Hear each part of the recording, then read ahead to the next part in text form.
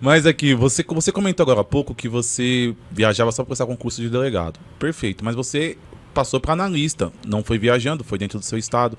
Mas então, em algum momento, você conciliou o estudo para duas carreiras diferentes. Como é que foi isso? Ah, Michel, eu nunca desviei o foco. Nunca desviei. O foco é delegado. Dentro de delegado, você tem ali um grupo de matérias que cai para todos os estados. Tem estados que é diferente.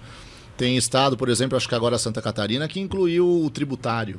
Só esse estado, me parece, que cobra tributário. Os outros não tem no edital. Então você vai adaptando de um estado para o outro. O de analista jurídico do MP foi um concurso que ele tem penal, processo penal, direitos humanos, constitucional, tá no grupo das matérias de delegado, então não precisei desviar muito esse foco, né?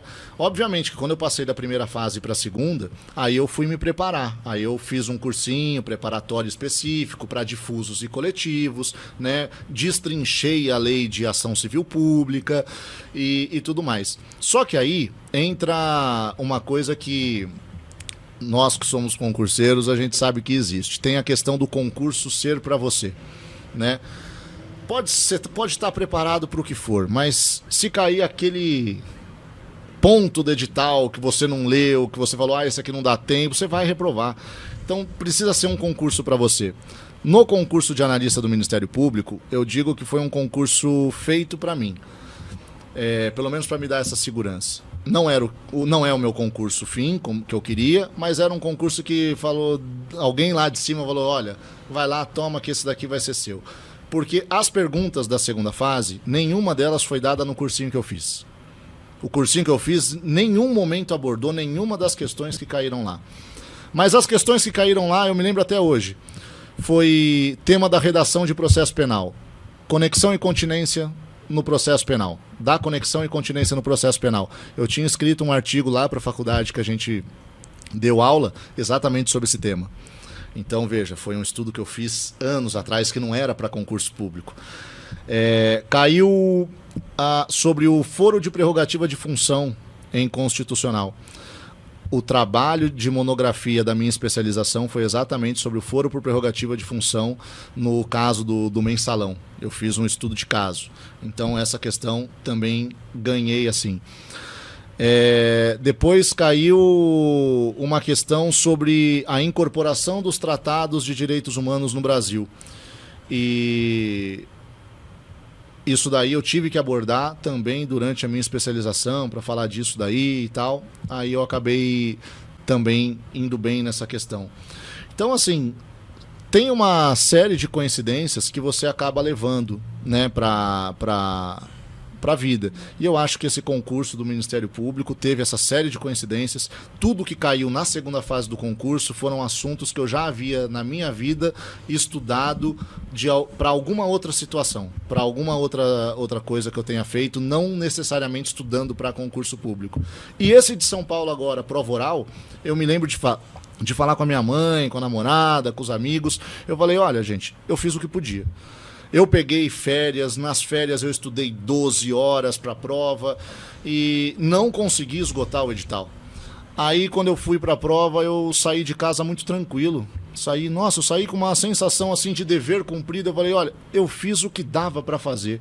Eu me arrebentei, estudei, estava sem dormir, estudei 12 horas, todos os dias, sem falhar, 30 dias de férias estudando, né, essa quantidade absurda de horas. E aí eu cheguei no dia da prova e falei, não esgotei. Vou fazer o que se o examinador perguntar aquele assunto que eu não, aquela lei que eu não vi? Aquela lei estadual que você não vê na graduação, que você não vê durante o concurso, que você... É algo muito específico. Então eu falei, se o examinador quiser te derrubar, quiser te reprovar, ele vai reprovar. Então você precisa ter também um pouco de sorte. O concurso precisa ser para você. Você precisa ter contato com algumas coisas.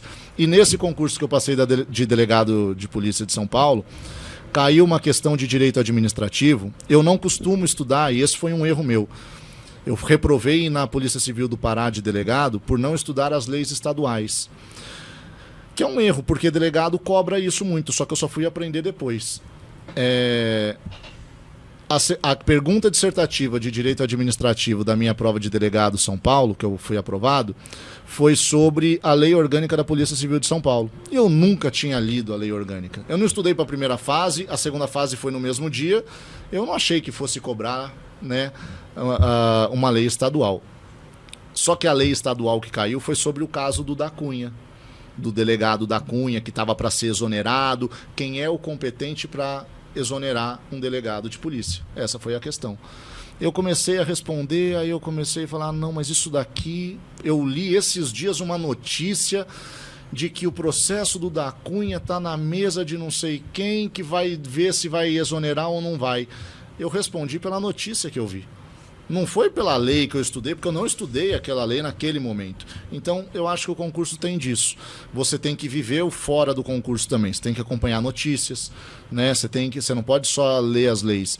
Então, alguma coisa assim sempre vai cair, sempre vai pingar. Nesse meu concurso, pingou essa notícia do da Cunha. No concurso de analista jurídico, pingou essas coisas, coincidências da vida. Um artigo que eu escrevi, a minha monografia da especialização.